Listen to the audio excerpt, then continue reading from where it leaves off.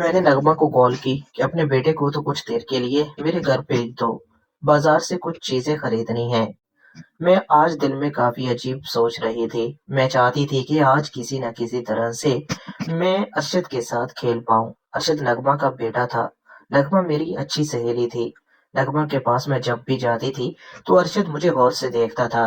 अरशद के बारे में मैं भी जान चुकी थी कि वो मेरे बारे में ऐसे ख्यालात रखता है। आज मैं घर पर बिल्कुल अकेली थी। मैंने कभी भी नहीं चाहा था कि मैं ऐसा सोच पाऊंगी, लेकिन अब मुझसे भी बर्दाश्त नहीं हो पा रहा था, क्योंकि मेरे शौहर दुबई में काम करते हैं। मेरे बच्चे जो कि स्कूल में पढ़ते हैं, मेरा एक बेटा और एक बेटी है। बेटा 7वीं क्लास में पढ़ता है और जो बेटी है वो 10th क्लास की स्टूडेंट है। और वो अब अपने स्कूल में थे। अब इसी वक्त अरशद घर में आ गया। मैंने अरशद को अपने पास बैठने को कहा। मैंने अरशद का हाथ पकड़ा। अरशद ने कहा कि आंटी ये क्या कर रही हैं? मैंने कहा कि तुम मुझे गौर से क्यों देखते हो? अरशद ने कहा कि वो तो बस वैसे ही। अरशद, मुझे पता है कि तुम मुझे क्यों गौर से देखते हो। तुम्हारे दिल में मेरे लिए क्या है मैं अच्छी तरह से जानती हूँ। नहीं, ऐसी कोई बात नहीं। अरशद मुझसे डर रहा था। मैं समझ चुकी थी कि अरशद शायद मेरे साथ नहीं खेलना चाहता। मैंने थोड़ा सा अपने तरीके से मैंने कहा कि परेशान ना हो। मैं भी तुमसे मोहब्बत करती हूँ। मैं भी जब तुम्हें देखती हूँ तो अपने ऊपर काबू नहीं पा सकती। मैं खुद इतनी बेबस और मजबूर हो चुकी हूँ। अरशद, मैं तुम्हारे साथ दोस्ती करना चाहती हूँ। अब अरशद का हाथ मेरे हाथ में था। अरशद के जिस्म में जैसे करंट दौड़ रहा था। मैं समझ चुकी थी कि अब वो भी बेकाबू हो चुका है। उसका हिस्सा मुझे साफ नजर आ रहा था। वो काफी मजबूत था। मैं समझ चुकी थी कि वो खेलने के काबिल हो चुका है। मैं अब बातों बातों में अरशद को मनाने में कामयाब हो चुकी थी। अरशद ने कहा कि आप इस बारे में मेरी माँ को तो नहीं बताएंगी। मैं जानता हूँ कि वो आपकी अच्छी सहेली है। आप उससे हर बात डिस्कस करती हैं।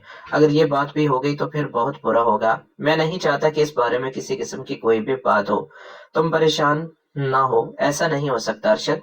तुम अच्छी तरह से जानते हो कि अगर मैंने ऐसा कुछ भी बताया तो इसमें मेरी भी तो इंसल्ट है। मैं ऐसा कभी भी नहीं कर सकती। तुम बेफिक्र हो जाओ। इस बारे में मैं कभी भी उससे कोई बात नहीं करने वाली। तुम बस मेरी बात मान लो, ठीक है? मैं अब बहुत ही ज्यादा परेशान भी थी, क्योंकि अरशद को पता नहीं खेलना आएगा या नहीं, वो क्या मेरे साथ खेल पाएगा या नहीं। मैं ये सब कुछ सोच सोच कर परेशान थी। फिर मैंने सोचा कि चलो मैं सब कुछ खुद ही सिखा दूंगी। मैं नहीं चाहती कि अब अरशद के साथ मजीद कुछ भी गलत हो। मैं अरशद को बहुत ही प्यार से खेलना सिखा दूंगी। मैंने अब अपने तरीके से खेलना शुरू कर दिया। मैंने अरशद को अपने सामने खड़े होने को कहा। मैं नीचे पाँव के पास बैठ गई और मैं खेलने लगी। अरशद के चेहरे से मुझे साफ नजर आ रहा था कि वो इस खेल को पसंद कर रहा है। मैंने कहा कि क्या तुम्हें बुरा तो नहीं लग रहा? उसने सिर्फ और सिर्फ हाँ में सर हिलाया कि नहीं, बुरा नहीं लग रहा, मुझे अच्छा लग रहा है। आप खेल सकती हैं, मुझे किसी किस्म की कोई प्रॉब्लम नहीं। लेकिन मुझे काफी अजीब लगा, क्योंकि उसके हिस्से को देखने के बाद मुझे समझ आ चुकी थी कि वो काफी ताकतवर है। वो शायद ऐसा खेल पहले भी किसी के साथ खेल चुका है। मैंने जब उससे इस बारे में पूछा तो उसने हाँ में सर हिला दिया। मुझे चलो इस बात का तो पता चल चुका था कि वो इस खेल को पहले ही जानता है। मुझे अब ज्यादा देर उसे नहीं सिखाना पड़ेगा। थोड़ी देर के बाद मैंने कहा कि अब तुम अच्छी तरह से खेल सकते हो ना? तुम्हें किसी किस्म की कोई प्रॉब्लम तो नहीं? नहीं, मुझे किसी किस्म की कोई प्रॉब्लम नहीं। आप जैसा चाहें बता सकती हैं। मैं आपकी हर बात मानने के लिए तैयार हूँ। मैं आपके साथ खेलना चाहता हूँ। ठीक है। थोड़ी देर के बाद मैंने उसे एक अच्छी सी पोजीशन बना कर दी। इस पोजीशन को देखने के बाद मैं समझ चुकी थी कि वो अच्छी तरह से और आसानी से खेल पाएगा। फिर उसने अपने तरीके से खेलना शुरू कर दिया। मुझे अब काफी अच्छा लग रहा था, क्योंकि आखिरकार वो अपनी मंजिल को पा चुका था। अपनी मंजिल को हासिल करने के बाद मुझे अब काफी अच्छा लग रहा था। मुझे इस खेल में काफी राहत और सुकून मिल रहा था। अरशद के चेहरे से मैं भी समझ चुकी थी।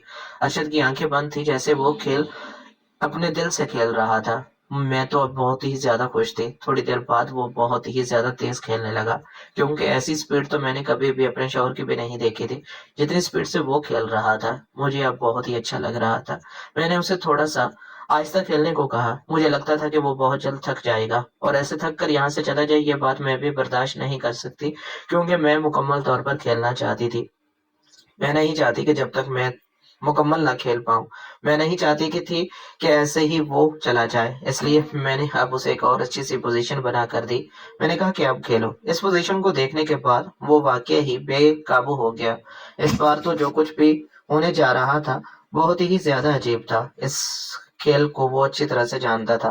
वो अब इस खेल के मुताबिक खेल रहा था। मुझे भी समझ आ चुकी थी कि वो इस खेल को काफ़ी अच्छे तरीके से जानता है। थोड़ी देर के बाद हम दोनों थक चुके थे। वो भी बहुत ही ज़्यादा खुश था, मैं भी बहुत ही ज़्यादा खुश थी, क्योंकि आज हम दोनों ने एक-दूसरे की बात मानकर काफ़ी अच्छा वक़्त गुज़ारा। उम्मीद है ये कहानी आपको पसंद आई होगी। मज़ीद कहानी देखने के लिए चैनल को सब्सक्राइब कर लें।